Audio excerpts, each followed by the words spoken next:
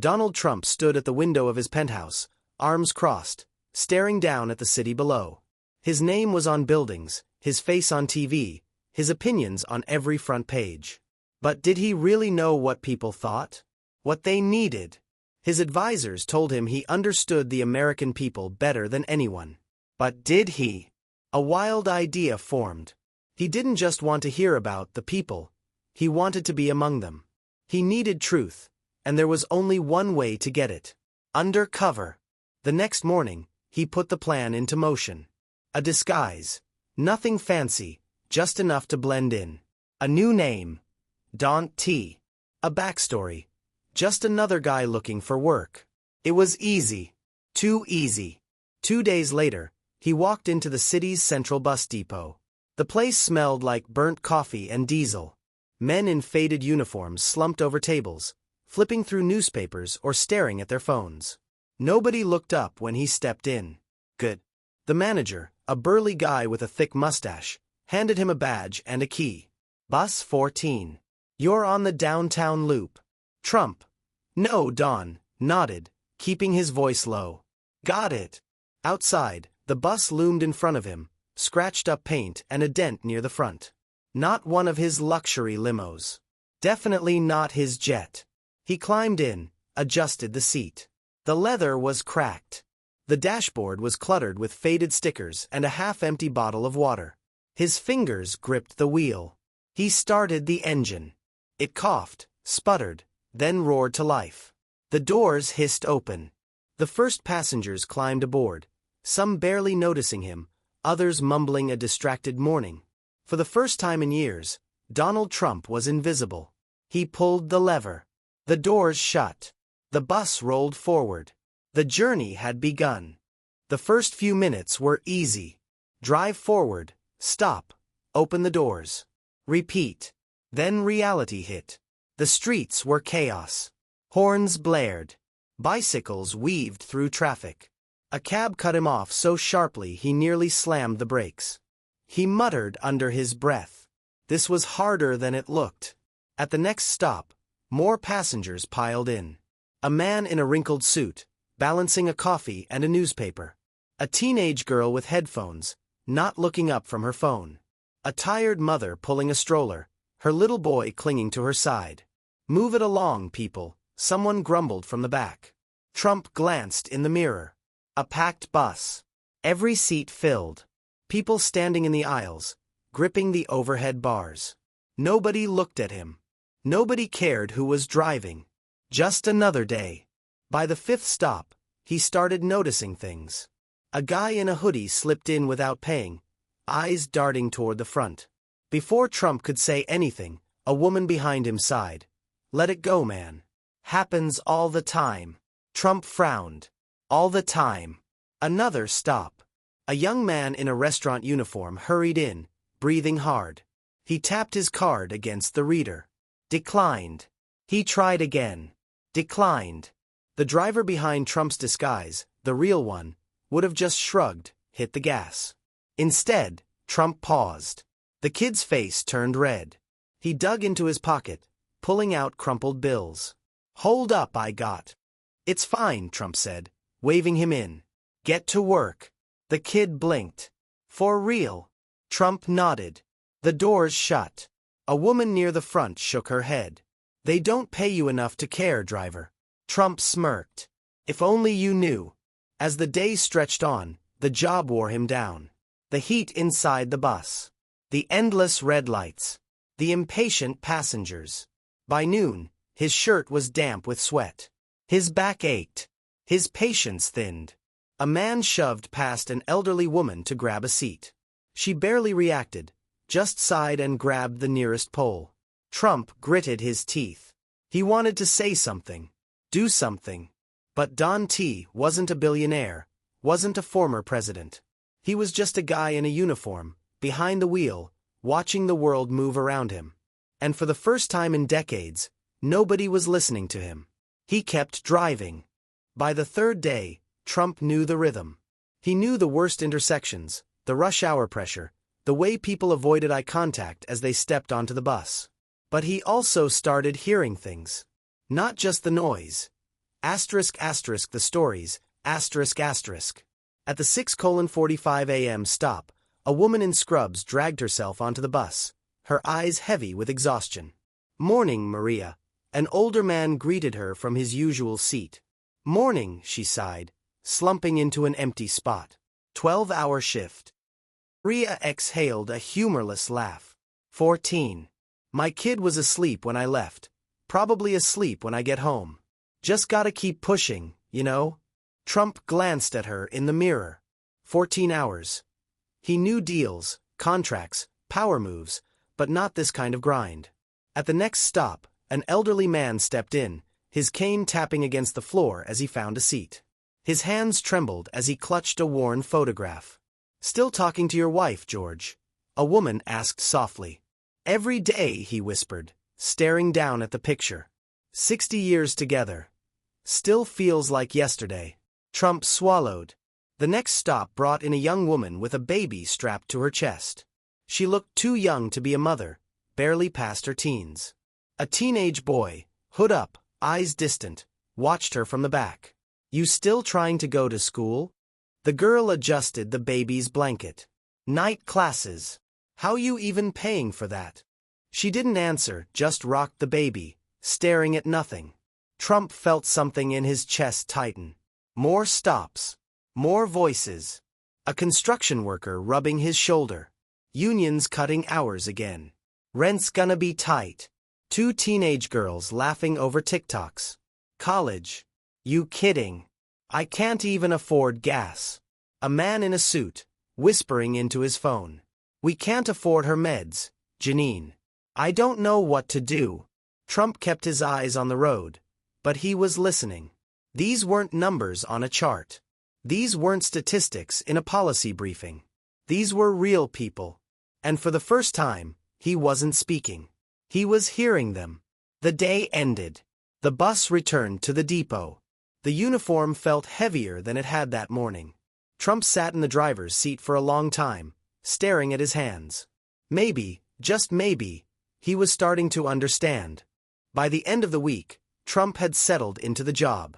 The routes, the stops, the routine, it all felt familiar now. But what wasn't familiar were the conversations swirling around him. And some of them made his blood boil. At a crowded afternoon stop, a middle-aged man in a worn-out polo grumbled as a young black man in a hoodie stepped onto the bus. "Here we go again," the man muttered. "Bet he didn't even pay." Trump glanced at the fare reader. The kid had tapped his card just like everyone else. But nobody called it out. Nobody ever did. A few seats back, 2 women in business attire whispered about housing prices skyrocketing, blaming all these people coming in and taking over. A younger woman rolled her eyes. "You mean people trying to survive?" She shot back. The bus fell silent for a second before the murmurs resumed. Trump gripped the wheel. At a stop near a hospital, an exhausted nurse slumped into a seat. She exhaled, stretching her aching feet. "Let me guess," an older man sneered. "Another lazy government worker, huh?" The nurse blinked.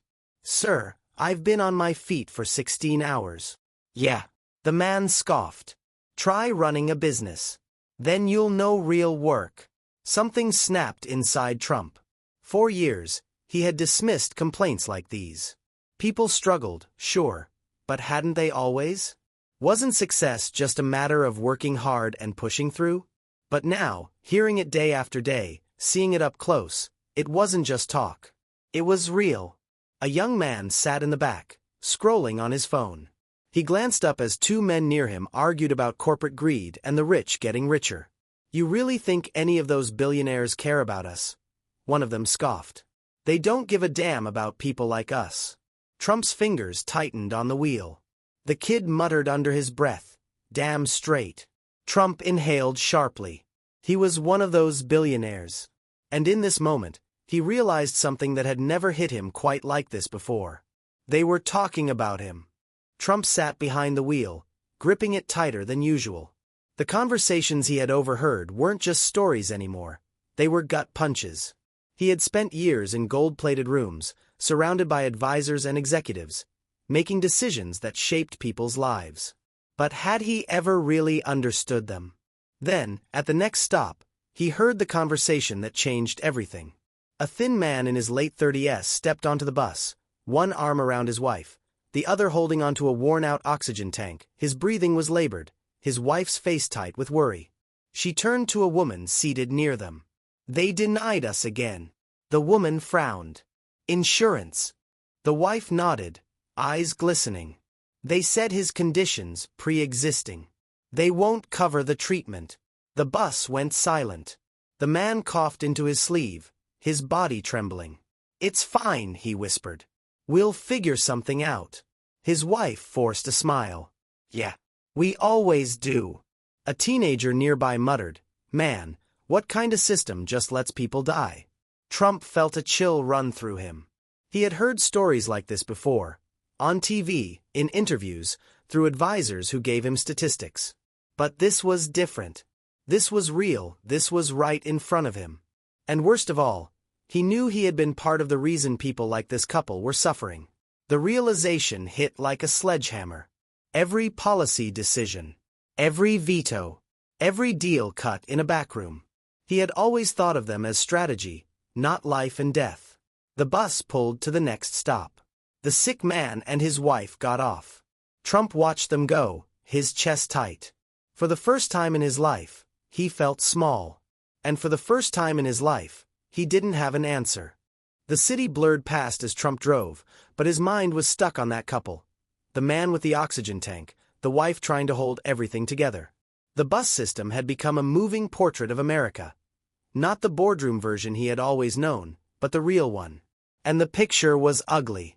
At a stop near a rundown school, a mother and her 2 kids climbed on. She swiped her transit card. Declined. She sighed, digging through her purse. Damn it. They cut the assistance again. Trump didn't say a word. Just waved her through. The boy, maybe 6 years old, tugged at his mom's sleeve. "We still gonna have dinner tonight?" She hesitated. "Of course, baby," she said finally. But Trump saw the lie in her eyes. A few rows back, a group of workers in neon vests slumped in their seats, hard hats resting on their laps. One of them rubbed his temples. "They cut our overtime," he muttered. "I don't even know if I can make rent this month." A woman next to him scoffed. Meanwhile, the big guys at the top rake in millions. Trump's jaw tightened. Another voice joined in. "It's all rigged. They make sure we stay down." The others nodded. The bus lurched to a stop at a crowded intersection. Outside, a billboard towered above a cracked sidewalk. It had his face on it. A smiling, confident Donald J. Trump staring down at the people below. The irony made him sick. For decades, he had lived in penthouse suites, flown in private jets, made deals that moved billions. And down here, people were suffocating. And the system was designed to keep it that way. The light turned green. He gripped the wheel and kept driving. But now, he saw everything differently. Trump sat in the driver's seat long after his shift ended, the bus depot buzzing around him. He had come here to learn, but what he had discovered felt too big to process. The struggles, the desperation, the broken system, it had all shaken him. But nothing would shock him more than what he was about to uncover. A voice pulled him from his thoughts. "Quite an experience, huh?" Trump turned. It was Mark, one of his closest advisors, stepping out of the shadows near the depot entrance. He was dressed too clean, too polished for this place. And he was smirking. "What the hell are you doing here?" Trump asked. Mark crossed his arms. "The real question is, what are you doing here?" Trump frowned. "I told you. I wanted to see how people live." Mark chuckled, shaking his head. "Oh, come on, boss. You really think this was your idea?" Trump's stomach tightened. "What are you talking about?" Mark took a step closer, lowering his voice. "You didn't wake up one day and decide to become a bus driver.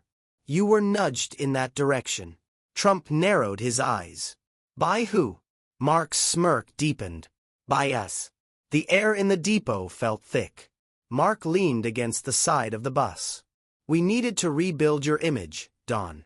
Make you relatable again. The billionaire act? People are tired of it. They want a leader who understands them, so we planted the seed." Trump stared at him. Mark continued. Your sudden disillusionment? The idea to go undercover? All of it was fed to you, bit by bit. He grinned. Asterisk helped things along star. Trump's hands curled into fists. What the hell does that mean? Mark shrugged. Let's just say not all those sob stories you overheard were. Asterisk coincidental asterisk. Trump's chest tightened. The single mother? The sick man? The kid worried about dinner? Were they real? Or were they planted? Asterisk asterisk. You son of a... Trump lunged forward, but Mark stepped back, laughing. Relax, he said. Does it matter? You got what you wanted, didn't you? A nice wake-up call before we roll out your next campaign. Trump felt sick. The whole thing, asterisk asterisk his journey, his revelations, his transformation, had been manipulated asterisk asterisk. Had anything he learned been real? Had he actually changed? Or had he just played another role? Mark clapped a hand on his shoulder. Don't overthink it, boss. We're gonna use this. Turn you into the people's champion. Trump felt a storm brewing inside him. For the first time in his life, he wasn't sure if he was the player or the pawn. Trump sat in his penthouse, staring at the skyline, but it didn't look the same anymore. The voices from the bus wouldn't leave his head. The struggling mother. The sick man. The workers barely scraping by. And now, the truth. His entire journey, the transformation he thought he had undergone, had been orchestrated, a script written by his own team. Carefully placed stories. Manipulated emotions. He had been played. And now, he had a choice. Play along, or blow it all up. The press conference had been arranged. His team had crafted the perfect narrative. Asterisk asterisk Donald Trump, the billionaire who had walked in the shoes of the working man, asterisk asterisk, he would step onto that stage, tell the world what he had learned, and ride the wave of public redemption. The cameras were on. The world was watching. Trump took the podium. He gripped the edges, staring at the teleprompter, the speech waiting for him. The one that would complete the act. But he didn't read it. Instead, he looked straight into the cameras. And he told the truth. Let me tell you something, he said, his voice sharper than it had been in years. I went undercover because I thought I needed to see the real struggles of the American people. And I did. I saw pain, frustration, a system that doesn't care, but what I didn't realize. He leaned forward. Even this, what I did, was fake. Manipulated. Staged by the people who wanted to use it. Gasps echoed across the room. His campaign team froze. But the things I saw, the things I heard. He shook his head. That was real. Those struggles weren't a PR stunt. People are suffering. And you know what? I've been part of the problem.